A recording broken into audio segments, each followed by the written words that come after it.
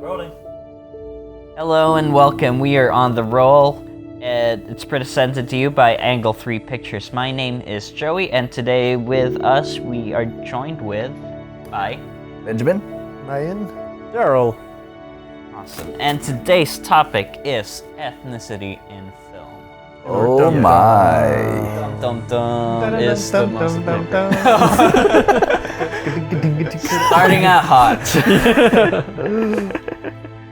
Awesome. So starting off with this topic is very kind of a very hot topic at the moment because of the Recent release of Ghost in the Shell. yes, and actually a lot of it. There's been recent release of a lot of movies. Yeah, Iron Fist. Iron Fist, The there's Wall. Is it The Wall? right. Great Wall? the Great Wall. Yeah, there is a Doctor Strange. Doctor Strange. Oh, that's a big Doctor one. Strange, the Netflix series of Death Note that's been Yep, announced. Death Note. Yeah. So it's very dated. This podcast. Just now. every film out of Hollywood. Yeah. Yeah. So we'd like to talk about the importance of ethnicity in films and kind of and how it is portrayed at the moment, right now. So disclaimer for this episode, it might be a kind of trigger kind of word Trigger some episode. If you're upset about it, don't turn us off. Maybe put away your headphones. Just keep the thing rolling, and you don't have to listen to us. We just need your view count. That's all. Yeah, just we need the views. Yeah, keep it rolling, but you don't need to listen to it. And we're happy to talk about it in the comment section below if you have any opinions. Maybe not. Let's not get too heated. You know, all humans and all that. Unless you're alien, then I'm sorry. Yeah. Okay. And on that bombshell. Yeah. Aliens are real, guys. Cool. Yeah, Poe and Tangel. You guys. Yeah, we want to start off with with Ben and Mayen right now because they have their ongoing comedy duo series called Poe and Tangel. Can you guys talk about that and how ethnicity kind of plays onto the the comedy that you guys write? Potential. Yeah, I mean, it all started from our life experiences in New Zealand, and whether we liked it or not, I'm kind of Indian New Zealander and Ben's Chinese New Zealander. So a lot of our comedy is based on those personal experiences, like the culture that I have and the culture that he has, and how we can combine them and how we can keep them combined, but in the culture that is New Zealand. So yeah, I think, but at the same time, it's not like the primary focus of our sketches or our comedy, but it does certainly play a big role in it. Because I mean, it's getting heated already. That's all right. That's a moderator, Ryan. Yeah. Special guest Bon from a resident dog. But I mean, our intentions might be something completely different, but at the end of the day, people still see us from the color of our skin. You know, especially if it's on screen. Oh yeah. It's the first thing that people pick up on. Yeah. Yeah. I guess some people might be like, he's not Chinese. So I originally hail from Singapore, Southeast Asia, and Chinese by race. Sometimes you have to be very specific about stuff like that as well. Yeah. Like it's the same with me. I'm from South Africa. Yeah. Indian by race, though. Yeah. And then some people will look at me and be like, so, bro, you from India? No, I'm from South Africa. And then you have people like, wow, really? That could happen? Like, how there's a whole ton of Brazilian people who are actually from Japanese stock, which is really interesting. Like, I find that very fascinating. But Poe and Tangel came about when May and I started working together. We actually toured the country together with two other actors performing a show called Asian Invasion. Ironically enough. It was very, like, even the title of that got some very interesting reactions. Yeah. Some schools apparently, because it was an educational theatre tour, some schools didn't hire us because they thought it was going to be too confronting. Yeah. Okay. Yeah, which was Yeah, kind of like, that's- oh, well, okay, I guess you're missing out. That's a bit of a hot topic. Let's probably move that away. Look, we just want like- to we want to discuss it, but we don't want to be shouted Yeah. at us. Yeah. And we actually had that Turned debate annoying. while we were on tour. And we Yeah. kind of slowly evolved the name within like us four, I think. Well, the group that was touring. Yeah. The 10 Token Tales. We felt like that was the There was a That better name that yeah. we felt more comfortable with. encapsulated PR what we were wise. really, yeah. we'll sell. Suddenly our ratings went through the roof. And yeah, sure. So we have very unique POVs, but we don't always go out of our way to be like, well, that's a very Asian response from Ben, and that's a Yeah. very Indian response from Mayen. Yeah. Because at the end of the day, we identify as Kiwis who live in New Zealand. Yeah. Yeah. Of course. Yeah, and sure, some people still don't believe that, and they don't react too well to us claiming to be from here Yeah. or claiming to be residents of this country. And that's interesting in itself because that's their perspective. You know, like we can't say that, oh, well, your viewpoints of us is racially charged and therefore does not matter. No, it does. It does matter because that's their viewpoints. Yeah, of course. And end of the day, what we're really trying to do is just tell stories from our point of view, connect with our fellow man, our fellow women, our fellow human beings. Yeah, and I guess, and with our videos as well, we're not kind of being selfish in a way that we only concentrate on our kind of views. No. Because in most of our videos, we always have, there's a comparative kind of view to it. There's a flip side to things, you know, like if people see us in this way from one culture, then what about another culture? Yeah. You know, Yeah. like Right. Noodles vs. Naan is one of my personal favorites. If you haven't watched it, watch Noodles vs. Naan on YouTube or Facebook. But that really struck a chord with a lot of people that we didn't think it would. Yeah. But a lot of people from different ethnicities, different backgrounds really resonated with that video. Yeah. And so, and it was something we just did not anticipate, but it was great to see how it got the reaction that it did. Yeah, I mean, ultimately, we want to entertain people. Yeah. We want to give them reason to be like, ah, that's interesting, while laughing. You know, it's not Yeah, a matter yeah. where we're trying to offend people. Oh, yeah, Or yeah. too preachy kind of. Yeah. Yeah. Because end of the day, like, Nobody wants that, yeah. I don't think anyone actually wants to be a preacher in the Yeah, sense yeah. of like, well, this is bad and this is bad. No, yeah. preachers. You gotta do it because very directly. Preachers are, well, yeah, this is a whole different topic itself. But yeah, you don't want to get too You don't want to preachy. be preachy. Preachy, Yeah. yeah. Because even preachy preachers, I feel like Less. aren't as listened to as preachers who are able to connect with their congregation. Yeah, really. yeah. True. Peachy good, preachy no. Peachy peaches, however, yeah. amazing. Cool. And then going back to your comedy, going back to the comedy side of it, and what are you trying to kind of? Convey. Well, yeah. Well, you're focusing on. Sorry, let me just go back. Should we do it? This is me going. He actually made that noise. Yeah. So going back to ethnicity in screen. Going back, because you guys are actors as well. Yes. What is it you feel like are getting cast in like productions and all that? Do you think that do you think that your cultural identity has an impact on kind of where Yeah, where absolutely. the story is coming from? Oh, well, I don't know about that, but I know it definitely has an impact as far as casting. Oh yeah. And casting is from, you know, what the story is telling it to do, in a way. Yeah. know. So, in a way, maybe, like, indirectly. But, yeah, for sure, our cultural identity plays for me particularly, I've noticed that. And I've been fortunate enough to have circumstances where it hasn't.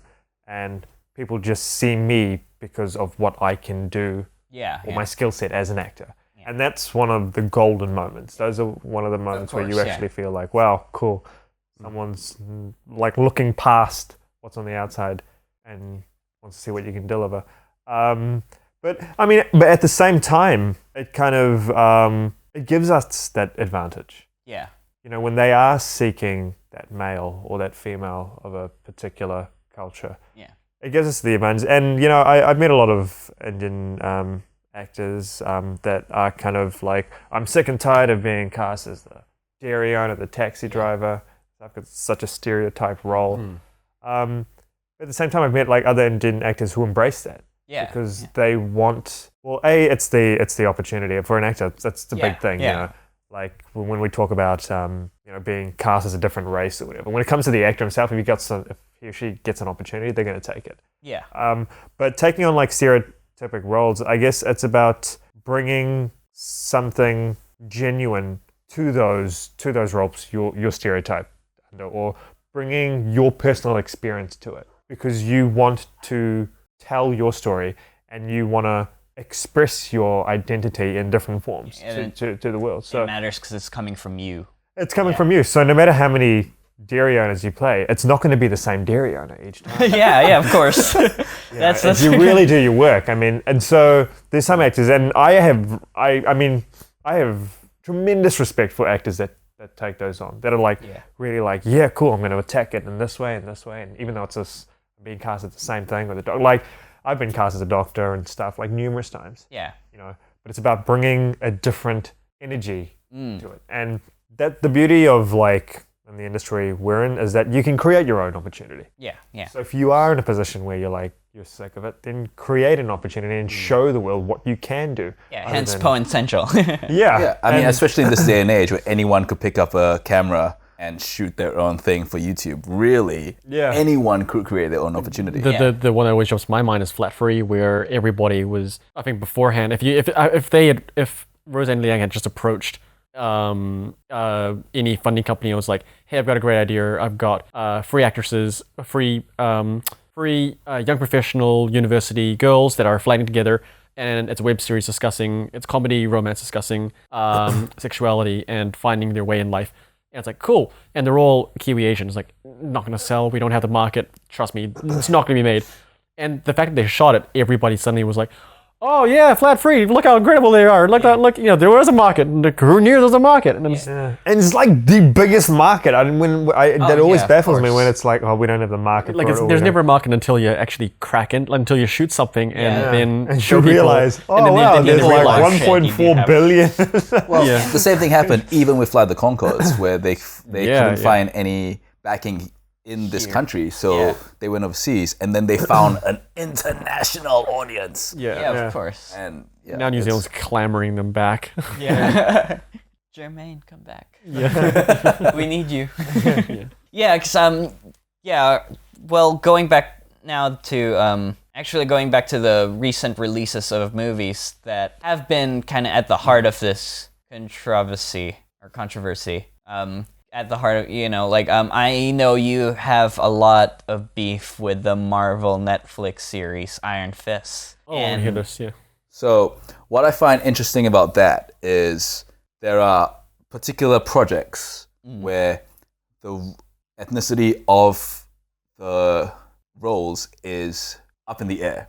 So Iron Fist was originally written as a white male. The fact that they chose not to, while seemingly unfair and kind of unfortunate, was their choice. They chose the actor that they wanted to portray that role. Same with Ghost in the Shell, where a lot of people will say, no, there is every right that it should have been a white female like Scarlett Johansson. And people say that, that character wasn't necessarily human because she's cyborg. That's a whole different thing as well. In some distant future, And then there's also an interesting thing, and I didn't realize this until I think only like last week, where Stephen Strange in Doctor Strange was originally drawn as an Oriental character, and that shocked me. I had no idea. They kind of had it drawn so he had like this like narrower eyes. And the Fu Manchu beard. But they chose Benedict Cumberbatch. That's not, that in itself isn't the bad thing. The comic kind of evolved through it. The thing that was unfortunate was that they cast Benedict Wong as Wong Yeah. in as the kick-ass librarian, and then in a film strongly influenced by Asian martial arts and magic through martial arts. Yeah. They didn't even give Benedict Wong a fight scene, which I thought was very sad. Oh yeah, now that you mention it, yeah. Yeah, actually, you're right. I Well, didn't even they showed the realize. aftermath of the fight. Yeah, you see But him. you then- spoilers Spoilers. for If he did have a fight scene, then would suddenly people be like, oh, they've just cast the Asian guy in like the No, kind of it's more like they gave stereotypical- everyone except him a fight scene. Oh, right. Yeah. Okay. And- Okay. Even the people that didn't need a fight scene. It's like something that it's unfortunate because when you see someone who looks like you on screen, it feels very empowering. You Yeah. feel like you belong to something and you feel stronger. Yeah, my dad always cites Bruce Lee as a film where he came out of the cinema after watching Bruce Lee just like Feeling like a tougher he, person, he right? felt like he stood up straighter, and that's what he Yeah. described was he stood up straighter and walked proudly to school. You know, and his friends welcomed him equally because they're like, dude, you came from the same country as that kick-ass Bruce Lee. Holy crap! And he was like, yeah, you know, even though he was born in New Zealand, Yeah, no sure, I connection did. to. And something that's interesting is that even Bruce Lee got passed over in favor of David Carradine for a TV show called Kung Fu. Yeah. Oh yeah. And that is, I think, almost verbatim in a script called Yellowface by David Henry Hwang. Yeah. And it's a play that deals with a lot of racial castings and, you know, like the whole situation with like what happens when you cast someone who isn't the right ethnicity for a role. Yeah. Yeah. And we see that time and time again with like I was talking about Memoirs of a Geisha, where it was like a great opportunity for Japanese like Japanese actors to actually tell their side of the story in a Western culture, and then they just casted Chinese actresses to play the main role, and it's like I'm assuming for the studio, they were just like, it's close enough, they won't know, you know, like well, Yeah. So I think there are two minds about that, and one of them is you cast to what looks right, which I feel unfortunately is where we still are, where you want to cast according to white, black, brown, yellow. Like it seems to be specifically, you know, it's that's the color like- palette. There are a few others in between. it must be but- really interesting to actually to be a mixed race actor, and how do they fall into any of that? Oh yeah, it's really crazy because there are some people where a lot of times talking to my friends who are mixed, they have to hide the fact that they're one or the other, and it's very rare that they can just embrace the fact that they are mixed and say, yeah, I'm half this and half that. So I can take on like Yeah. a dual So I citizenship can- when yeah, it so I comes can to take on more. casting. Yeah. And it seems to be no, most of the time they have to shy it away from Yeah, it. it's almost like it's almost like fighting with one hand but tied behind your back in a Yeah. way. For Yeah. one reason. Which is weird because you would think that it would be such a better, unique, right? empowering, much more beneficial thing, but no. But remember, like the mixed people are majority very beautiful on screen. Yeah, like that's they're true, very that's good. And I've true. seen a lot of actors. You'd be surprised. You won't realize when you watch the screen that they're actually mixed. Yeah. So when I it have comes to- found that. I mean, I've been Beautiful reading for people. certain. I think. There was the who did they cast? So they cast Thunderbird in the new X-Men series, the TV series, right? Oh, and yeah. he's supposed to be Native American. So the actor they cast, I think, is a quarter Native American. Oh, okay. He looks like, if you see a picture of him, he looks like kind of chiseled white guy, but he's got like a quarter of Native American in him. And I think Thunderbird's supposed to be an Apache Oh, yeah. soldier or something. Yeah, but you know, it brings that question up: is technically they're not doing anything wrong, Yeah. but then you see him, no one's gonna ever guess it. I guarantee you that. I'm Yeah. actually freaking out because I didn't realize they've casted a Thunderbird already, and I'm like thinking they've casted Warpath for X-Men Days of Future Past. This is me geeking out, though. This doesn't have to relate to the... I'm just really excited He is about literally this news. foaming at the mouth. I just hope they don't vibrating. I just hopefully would like to be involved in the casting with the other Thunderbird, Yeah. Neil Shara, I think. Oh, yeah? Yeah, no one really knows him, but he's got an amazing story. Oh, cool. So yeah, when I saw that, I was like, my heart broke. But I was like, oh no, that's the other one. So, okay. That's a less cool one. Oh, yeah. But yeah, and I think it's the same with Mulan as well. When they were, I think I read somewhere the lead, they had kind of tosses over who they were going to cast in the live action. I think yeah. a lot of the options showing up were actresses that were very mixed race. Oh, okay. They looked like very beautiful and very exotic, but they were like a mix, almost like United Nations combined in them at times. It's like so many different. I guess if you're coming from like heavier, it depends on where you're coming from. Like usually in areas in cities like big cities like Melbourne, Auckland, New York, kind of just big melting pots of cultural melting pots. So you get people with like more like mixed heritage as gonna be more and more popular. I just think that we there have been cases where people have taken on stage names because they want to appear less ethnic. Kelpin, because they feel like they can therefore be able to be more castable, which is very interesting because there are some people out there who have unpronounceable names. Yeah. But you look at them and like, oh yeah, they should definitely play that role because they were meant to play that role. Yeah. I guess we gotta get out of that mentality of like like having a certain look or certain kind of race in our minds when we're talking about characters. Like the biggest one's always male action hero. Male action hero is only gonna ask anybody. I think there's only been one race that really jumps to mind. Name one male action hero, and like who first comes to mind, or what's Tom Cruise. I don't know why. We were just talking about it. I'm thinking like Bruce Willis. Oh yeah, no, that's a good one. Yeah. But like you have that kind of that actually springboards. Yeah, that springboards into the other discussion we had, which was like whenever they do cast an ethnic role, why is it always accompanied with a backstory that justifies why they're there? Like a cultural backstory. Like, do we have to? Yeah, I mean, like if you had any other potentially a Caucasian supporting role. Yeah. Do we ever look back into their lineage or why their Irish past? Yeah, their Irish past. Their French upbringing that got them to where they are. Yeah, exactly. Yeah. Where their privileged past. Raised by mimes. Which is wow. No, going back. I think rewind, Joey, rewind. The thing is, we're gonna beep out the word mime so that so people have no idea what you're saying. No, actually, one of recent movie that came out that actually is good at this was King Kong, who's casted an Asian lady to play a scientist, and I guess they just didn't have her as she's a Chinese scientist from so and so, and she's come here from bringing news of something like that from the Chinese side of She just was like a scientist, Yeah. Unfortunately, she was underutilized as a character, so I was kind of upset.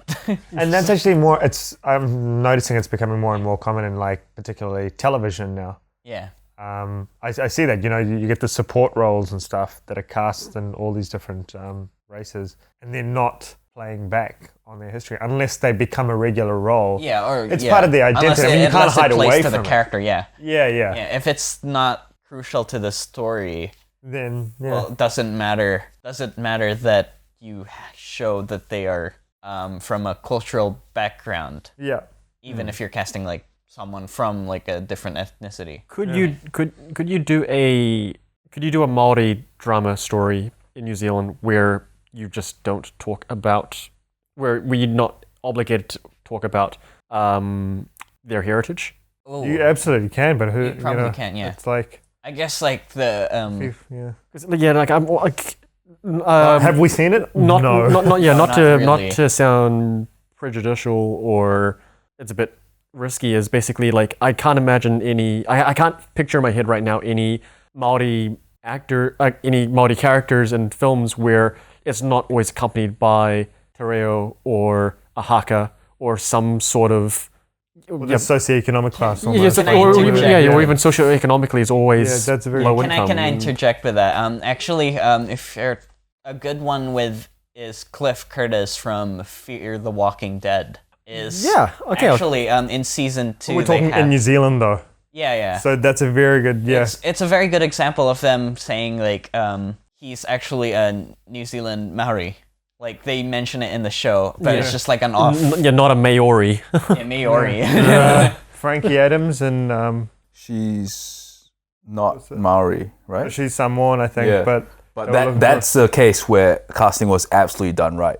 Yeah. And it was amazing. Frankie Adams in The Expanse, which is a Yeah. sci-fi film, okay, yeah. which has just been renewed, and like the world went crazy because she was hailed as this amazing casting, and it is because it's so cool. Yeah. It's one of the few times where they scoured the world, they found someone who fit who ticked all the boxes, and now like everyone's just like, yeah, Frankie Adams, all right. yeah, she's badass in it. Okay, Yeah, I really gotta see Expanse because people have been.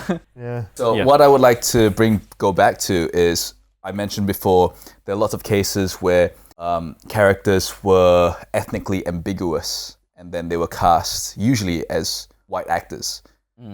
So what I want to now address is the fact when it is very outright not a white character, and they replace an Asian actor usually with a white actor. Like Tilda Swinton in Doctor Strange. Yeah. And that was a whole I bag don't know, of like, worms with the Tibetan. I'm not too upset about Tilda Swinton's casting, only because of the fact that the Ancient One is a very bad Asian stereotype. It is a very bad Asian stereotype. Yes.